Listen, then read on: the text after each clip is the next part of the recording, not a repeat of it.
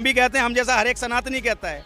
जब वो तेजो महल पे ताजमहल जबरदस्ती बनाया गया, जिस प्रकार से कहा जाए कि जावेद को जबरदस्ती सलमा की पोशाक पहना दे, जिसे बुरखा कहते हैं, और उस जावेद को सलमा बनाने का कार्य उसी प्रकार से उस तेजो महल को जब ताजमहल बनाने का कार्य जिन कारीगरों ने करा गया था, उनके हाथ तक को कटवा दिया गया था।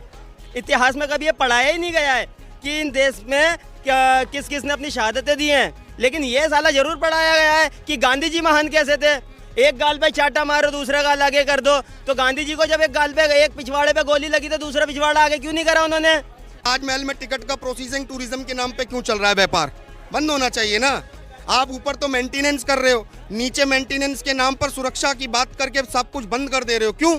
नीचे तुम्हारे बाप का पूरा साक्ष्य और चिट्ठा लिखा हुआ है। मुगल अब नहीं, अगर मुगल अब होते ना, उनके मुंह पे, अपने पैर पे जो 7 नंबर का जूता ना, वो अपने हाथों से उनके मुंह पे मार देता। ये वो लोग थे जिन्होंने तलवार की नोक पे सलवार पहनी है, क्योंकि जब गर्दन पे इनके तलवारें आई थी ना, तो इनके बाप दादा सलवार पहन के अपना धर्म परिवर्तन करवाने में लगे हुए थे। जो बाबर क्या था? एक मीठा आदमी था, 2 कौड़ी का आदमी, 14 साल के लड़के से प्यार करता था, जिसको खरीद के लेकर आया था। ये साहब तो बाबा नामे में लिखी हुई है। उन मूलों की औलादों को सीधे डंके की चोट पे कह रहा हूँ कि इस देश के अंदर जो 60,000 मंदिर हमसे छीने गए थे, उन्हें तेल लगा के सरसों का और हिसाब लेंगे बरसों का। आने वाली पीढ़ी को क्या पढ़ाना चाहिए, क्या इतिहास में चेंजेस और लाने चाहिए? इतिहास की बात तो वो खुद पढ़ लेंगे, लेकिन आने वाली पीढ़ियों को मैं एक ही बात कहूँगा, बेटा जिस दिन बीजेपी हटी तुम्हारी लुल्लियाँ कटी। अगर जिस दिन बीजेपी हट जाएगी तुम्हारी लुल्लियाँ कटने का नंबर आ जाएगा। उन्हें 15 मिनट वाले चच्चा को भी कहना चाहता हूँ कि और जरा सा धीरे धरो, यमुना का पानी खोलेगा और राम भक्त के बाद अभी तो कृष्ण भक्त भी डोलेगा। और जिस दिन बैठे योगी बाबा प्रधानमंत्री की कुर्सी पे, हैदराबाद से बैठा हो, वैसे भी राधे राधे बोलेगा। और यही सच्चाई है भारत की। नमस्कार, आप देख रहे हैं वायरल पत्रकार और मैं हूं आपके साथ पायल शर्मा। देखिए, हाल ही में अभी द ताज स्टोरी मूवी जो है वो रिलीज़ हो चुकी है और हम जनता से जानने आए कि उनको ये फिल्म कैसी लगी। तो सीधा इनसे जुड़ते हैं और जानते हैं कि फिल्म के बारे में ये क्या जानते हैं, और जो ताजमहल जो नाम से जाना जाता है कि मोहब्बत की निशानी, उस पर भी हम लोगों से बात करते हैं। तो सीधे उनसे जुड़ते हैं और बात करते हैं। सर, क्या नाम? राहुल पचौरी, कट्टर हिंदू। इस फिल्म के बारे में कुछ बताएंगे? आपने ताज स्टोरी फिल्म देखी, कैसी फिल्म लगी? देखिए, ताज स्टोरी एक फिल्म नहीं है, ये सनातन की पहचान को, जो झूठा इतिहास है उस पर पर्दाफाश करने को, और जो कहीं ना कहीं जो इस देश के अंदर एक अजूबा बना के ताजमहल को दिखाया गया। ताजमहल नहीं, तेजो महल है, एक ऐसा मंदिर जिसके सच को लगातार इस देश में हिंदुओं से छुपाया गया है, खासकर उन 22 कमरों की सच्चाई जो आज भी पहले भी बने। क्या कारण है कि हिंदुओं से ये छुपाया गया है, वंचित कराया गया है? देखिए, हिंदुओं से सिर्फ ये नहीं छुपाया गया, हिंदुओं से हर एक वो सच्चाई को छुपाया गया जो वाकई में सच्चाई है। इस देश में आने की ज़रूरत है। पहली बात तो ये सबसे बड़ा झूठ इस देश के अंदर है कि मुगल महान थे। मुगल जो थे वो चोर थे। मैं इस बात को डंके की चोट पे कहता हूँ। लेकिन उनके बारे में तो इतिहास में पढ़ाया गया है कि मुगलों के बारे में, मुगल महान थे और ग्रेट अकबर जिसे कहा जाता है। देखिए, अगर ग्रेट अकबर, शाहजहाँ, जो भी जिनके, मैं तो इतने सालों का नाम भी नहीं जानता, मैं अपनी जवानी गंदी कर रहा हूँ ऐसे गंदे लोगों का नाम लेके। अगर मुगल महान थे तो उन्होंने इस देश के अंदर हिंदुओं के 60,000 से ज़्यादा मंदिरों को तोड़ने का कार्य क्यों किया? लगातार हिंदू की महिलाओं का शोषण क्यों किया? उनकी हत्याएं क्यों करी? उनको बच्चों को क्यों मरवाया? उनके बुजुर्गों को क्यों मरवाया? और तो और ये भी कहानी है कि ताजमहल जब बनाया गया था, या कहा जाए कि उसका पुनर्निर्माण कराया गया था, क्योंकि वहाँ तेजो महल पहले था, ये इतिहास कहता है, और ये हम भी कहते हैं, हम जैसा हर एक सनातनी कहता है। जब वो तेजो महल पे ताजमहल जबरदस्ती बनाया गया, जिस प्रकार से कहा जाए कि जावेद को जबरदस्ती सलमा की पोशाक पहना दे, जिसे बुरखा कहते हैं, और उस जावेद को सलमा बनाने का कार्य उसी प्रकार से उस तेजो महल को जब ताजमहल बनाने का कार्य जिन कारीगरों ने करा गया था, उनके हाथ तक को कटवा दिया गया था। ऐसे लोग महान होते हैं क्या? ऐसे लोग, मैं कहता हूँ, मुगल अब नहीं, अगर मुगल अब होते ना, उनके मुंह पे, अपने पैर पे जो 7 नंबर का जूता ना, वो अपने हाथों से उनके मुंह पे मार देता। जो अभी तक हमें इतिहास नहीं पढ़ाया गया, उनके बारे में क्या कहिए? देखिए, इतिहास पढ़ाना जरूरी है। जिन लोगों को लगातार महान बताया, उन्हें हटाकर उन्हें बताना चाहिए कि 1 नंबर के अय्याश थे, 1 नंबर के निकम्मे थे, 1 नंबर के इतिहास को चोरी करने वाले लोग थे। और आज इस देश के अंदर उन सारे, सिर्फ एक तेजो महल की बात नहीं है, आज इस देश के अंदर 60,000 से ज़्यादा उन मंदिरों की बात है जिन्हें लगातार आज भी किसी मीनार के अंदर, किसी मस्जिद के अंदर या किसी मजार के अंदर देखा जाता है। इन्होंने कहा कि बाबरी मस्जिद हमारी है, जब उसके अंदर खुदाई हुई तो हमारे भगवान श्री राम के वर्चस्व निकल के आया, उनका इतिहास निकल के आया। में दिखाया गया कि शाहजहाँ को महान जो बताया गया है, बेचारा जो बताया गया है, उसने काफ़ी मंदिरों को तोड़वाया भी था। काफ़ी नहीं, काफ़ी से ज़्यादा काफ़ियों को तोड़वाया था, क्योंकि इनके बाप दादाओं ने शुरू से यही करा था। ये वो लोग थे जिन्होंने तलवार की नोक पे सलवार पहनी है, क्योंकि जब गर्दन पे इनके तलवारें आई थी ना, तो इनके बाप दादा सलवार पहन पहन के अपना धर्म परिवर्तन करवाने में लगे हुए थे।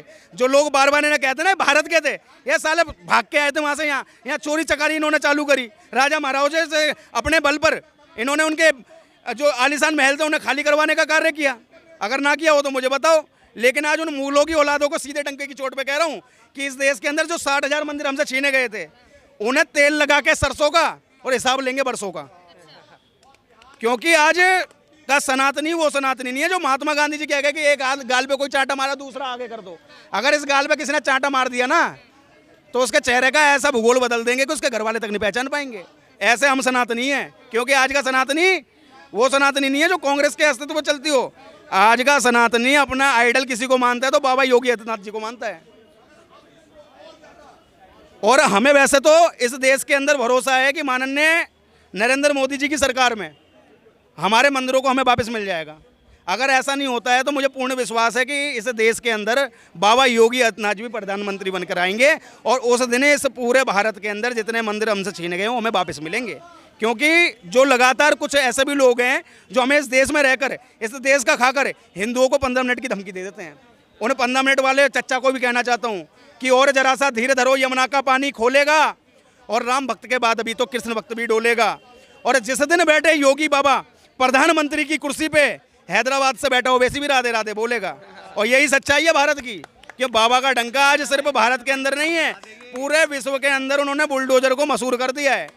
अभी बिहार में ही बाबा गए थे और वहाँ भी उन्होंने बोला है जो बुरखे की आड़ में जो चल रहा है ना, अब वो नहीं चलेगा।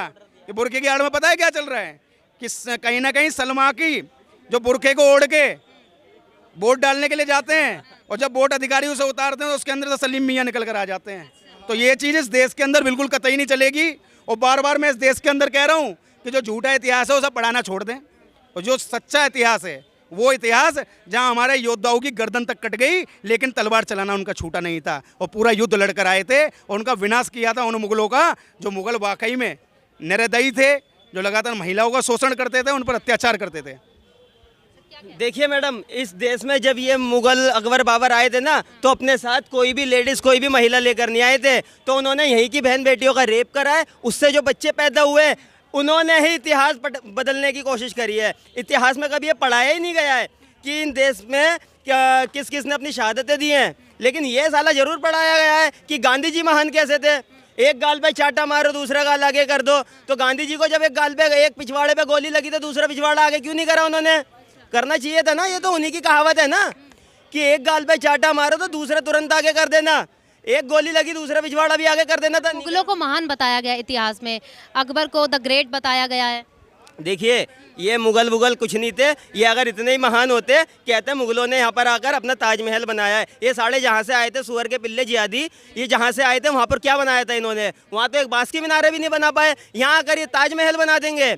इतिहास बता दिया ना इस पिक्चर में, इतिहास पूरे तरीके से बता दिया है। लेकिन ये गांधी वांधी के जो परिवार के ना, इन लोगों ने मतलब इतिहास मतलब पढ़ाया नहीं है इस देश में। इन्होंने हमेशा ये पढ़ाया गांधी महान कैसे थे और जितने भी शहादतें दी है एक का भी नहीं बताया इन्होंने कि ये शहादतें किसने दी है किसने नहीं। पढ़ाया ये नहीं गया कि छत्रपति शिवाजी, राणा सांगा, बाबर अव्वल, पृथ्वीराज चौहान, इनका इतिहास किसी पन्नों में दर्ज है। लेकिन पढ़ाया कैसे गया है कि औरंगजेब महान था, बाबर एक महान था। बाबर क्या था?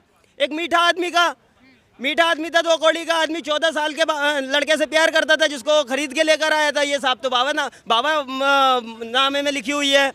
लेकिन ये महान कैसे हो गए? हमारे लिए महान नहीं है भाई साहब, हमारे लिए महान वही है छत्रपति शिवाजी, जिनकी वजह से आज हम जिंदा हैं।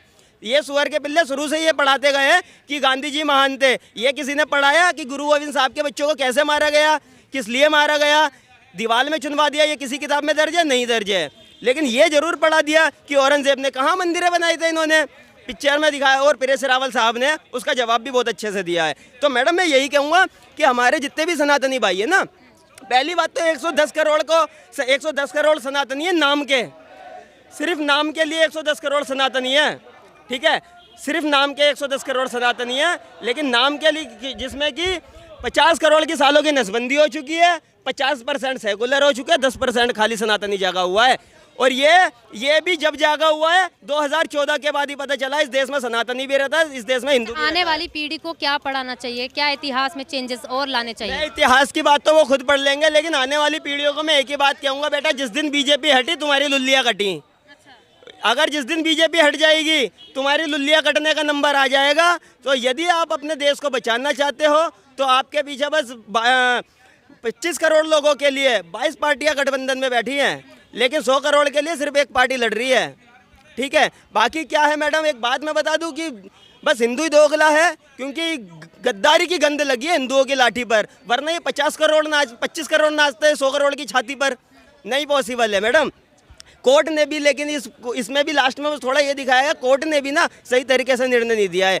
निर्णय देती 22 कमरे नीचे है जो ताजमहल के तेजू महल के अंदर है, उसको चेक करने की परमिशन देती नहीं था कुछ, तो क्या दिक्कत है। लेकिन कहीं ना कहीं कोर्ट भी इस खतरे में है ना कि ये 25 करोड़ का सांप्रदायिक जो ये हल्ला मचा देंगे, रोडों पर आ जाएंगे। तो मैडम कोर्ट को भी चलना चाहिए इस हिसाब से कि अगर आपकी चीज़ है चेक करने के बाद हमारी हमें दे दो, तुम्हारी तुम ले लो, क्या दिक्कत है। डीएनए टेस्ट हो रहा है तो आजकल तो मशीनें भी ऐसी ऐसी आ गई, खोदने की ज़रूरत ही नहीं है, ऊपर से ही पता चल जाता है। क्या नाम है? मेरा नाम अमित सिंह राठौर। फिल्म में जो दिखाया गया है इतिहास के बारे में, और ताजमहल जो है वो शाहजहां ने बनाया है, क्या विचार रखते हैं उस पर? देखिए, ताजमहल शाहजहां ने बनाया या किसने तेजो महल के साथ छल कपट करके भारत के इतिहास में बच्चों को स्कूलों में मैकाले की शिक्षा में पढ़ाया, यह प्रश्न बनता है। क्योंकि ताजमहल किसने बनाया, उन्हीं के मानने वाले यही नहीं बता पा रहे हैं ताजमहल कितने वर्षों में बना, कब बनना शुरू हुआ और कब बनकर पूर्ण हुआ। एक नैरेटिव और हमारे देश में बहुत पहले फैलाया गया था कि ताजमहल को बनाने वाले कारीगरों के हाथ कटवा दिए गए थे। अब आप एक बात बताओ, हाथ कटवाने से किसका नुकसान? कहा गया ये कि ऐसा ताजमहल जो प्रेम की निशानी बनाई गई है दोबारा इस दुनिया में ना बन पाए। आप बताओ, दुनिया में दोबारा ना बन पाए ऐसे कौन से आर्किटेक्ट थे जो केवल आगरे में ही बना पाए और दुनिया में कहीं और कुछ और बना ही नहीं पाए, भारत के अंदर जब तक नहीं आए थे। मेरा प्रश्न ये है कि अगर इतने ही आर्किटेक्ट थे बड़े बड़े, तो सऊदी में कहाँ है कोई ताजमहल जैसा आकृति, लाल किले जैसी आकृति, क्यों नहीं बना पाए?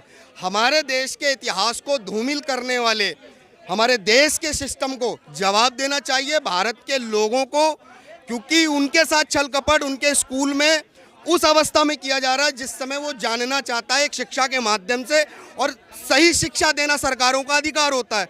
आज भारत की युवा पीढ़ी अगर किसी को लेकर प्रश्न चिन्ह खड़ा कर रही है तो उसके लिए उसका प्रश्न खड़ा करना उचित है, क्योंकि सरकारों ने उनको नहीं बताया कि जिस प्रकार आपने अकबर महान बता दिया, शाहजहां को अच्छा बता दिया, है ना, तो आपने ये क्यों नहीं बताया कि महाराणा प्रताप, छत्रपति शिवाजी महाराज, इन सब के आगे इनके पजामे गीले इसमें हो तो जाते थे। एजुकेशन की भी गलती, एजुकेशन सिस्टम की भी। एजुकेशन की गलती नहीं है, एजुकेशन को हमारे बच्चों को देने वालों की गलती है।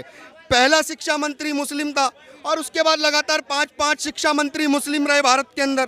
तो आप बताइए ना, मुसलमानों के द्वारा क्या पढ़ाया जाएगा? बाबरी तो महान पढ़ाया जाएगा, छत्रपति शिवाजी महाराज और महाराणा प्रताप उनके बाप थे ये थोड़ी बताया जाएगा, क्योंकि उनको पता है कि किसकी डर से आज भारत के अंदर वो गजवाए हिंद जो आज तक फॉलो कर रहे हैं भारत को गजवाए हिंद बनाने के लिए, उनका मंसूबा तोड़ने वाले हमारे महान योद्धाओं को जब बच्चों को नहीं पढ़ाया गया तो उन्हें मालूम है कि आने वाले समय में और कोई योद्धा ना पैदा हो जाए, क्योंकि इतिहास को और साक्ष्यों को जानने वाले हमारे बच्चे कमज़ोर रहेंगे। क्योंकि आज अगर आप ताजमहल की बात करोगे तो हमारे बच्चों को तो पढ़ाया ताजमहल के बारे में गया है ना, और आज नीचे 22 कमरों पे प्रश्न उठा रहे हैं हम, तो क्या बताया जा रहा है 22 कमरों को लेके कि उसमें कुछ नहीं है, सुरक्षा की दृष्टि से कमरों को बंद कर दिया। हम कह रहे हैं कि नीचे वाले 22 कमरों को सुरक्षा की दृष्टि से बंद किया जा रहा है। तो आप ये बताइए कि ताजमहल को फिर व्यापार का अड्डा क्यों बनाया जा रहा है? टूरिज्म के नाम पे पूरे ताजमहल को सील करो ना, क्योंकि 8वां अजूबा है ना, और अजूबा है तो नीचे सुरक्षा होगी और ऊपर व्यापार होगा। ये खेल किसने खेला है? खेल मत खेलो, सच को सामने लाओ। एक एक कमरे को भारत की युवा पीढ़ी को बतलाओ उसके अंदर है क्या। आपने ईंटों के पीछे किस किस को क्या क्या छुपा रखा है, वो हमारे देश के लोगों का जानने का अधिकार है या नहीं है अधिकार? अगर आप कह रहे हो सुरक्षा की दृष्टि, तो ताजमहल में टिकट का प्रोसेसिंग टूरिज्म के नाम पे क्यों चल रहा है व्यापार? बंद होना चाहिए ना। आप ऊपर तो मेंटेनेंस कर रहे हो, नीचे मेंटेनेंस के नाम पर सुरक्षा की बात करके सब कुछ बंद कर दे रहे हो। क्यों? नीचे तुम्हारे बाप का पूरा साक्ष्य और चिट्ठा लिखा हुआ है, उसमें दिख जाएगा कि क्या क्या साक्ष्य हैं, जो फिल्म के अंदर साफ तौर पे दिखाने का भी कार्य किया गया परेश रावल जी के द्वारा। तो सच जानने का अधिकार पीढ़ी का है, हमारी पीढ़ी ये अधिकार रखती है। सरकारों ने इस अधिकारों से हमको वंचित रखा। गलत शिक्षा, छल कपट करके हमारे बच्चों को जो पढ़ाया गया वो गलत था, और ये बदलाव होना चाहिए, क्योंकि तेजो महल ताजमहल कैसे बना ये हमारी पीढ़ी को बतलाया जाना चाहिए। कैसे बतलाया जाएगा, मतलब क्या फिल्म के द्वारा ही, फिल्म के माध्यम से ही बताया जाएगा? देखिए, फिल्म तो माध्यम है मैसेज कन्वे करने के लिए। आप बताइए ना कि 22 कमरे कब खुलवाएगी सरकार? कौन सा कोर्ट? हमारे चीफ जस्टिस साहब हैं, स्वतः संज्ञान लेते हैं, है ना, बहुत सी चीज़ों पर, तो वो उन 22 कमरों पे क्यों नहीं ले रहे? ऐसी क्या सुरक्षा है कि वो 22 कमरों का दरवाज़ा खुलते ही ताजमहल नीचे आ जाएगा? और ये सत्य है, अगर वो 22 कमरे खुलेंगे तो ताजमहल तेजो महल ही माना जाएगा, क्योंकि सरकारों को पता है 22 कमरों के द्वारा ही ताजमहल का अस्तित्व खत्म हो जाएगा, सरकारों का व्यापार खत्म हो जाएगा टूरिज्म के नाम पर, और देश के बच्चों को छल कपट करके जो झूठा इतिहास पढ़ाया गया वो उसका सच उजागर हो जाएगा, और ये ताजमहल नाम की जो कहानी है ये ढह जाएगी उसी यमुना मैया में। आप समझ लीजिए।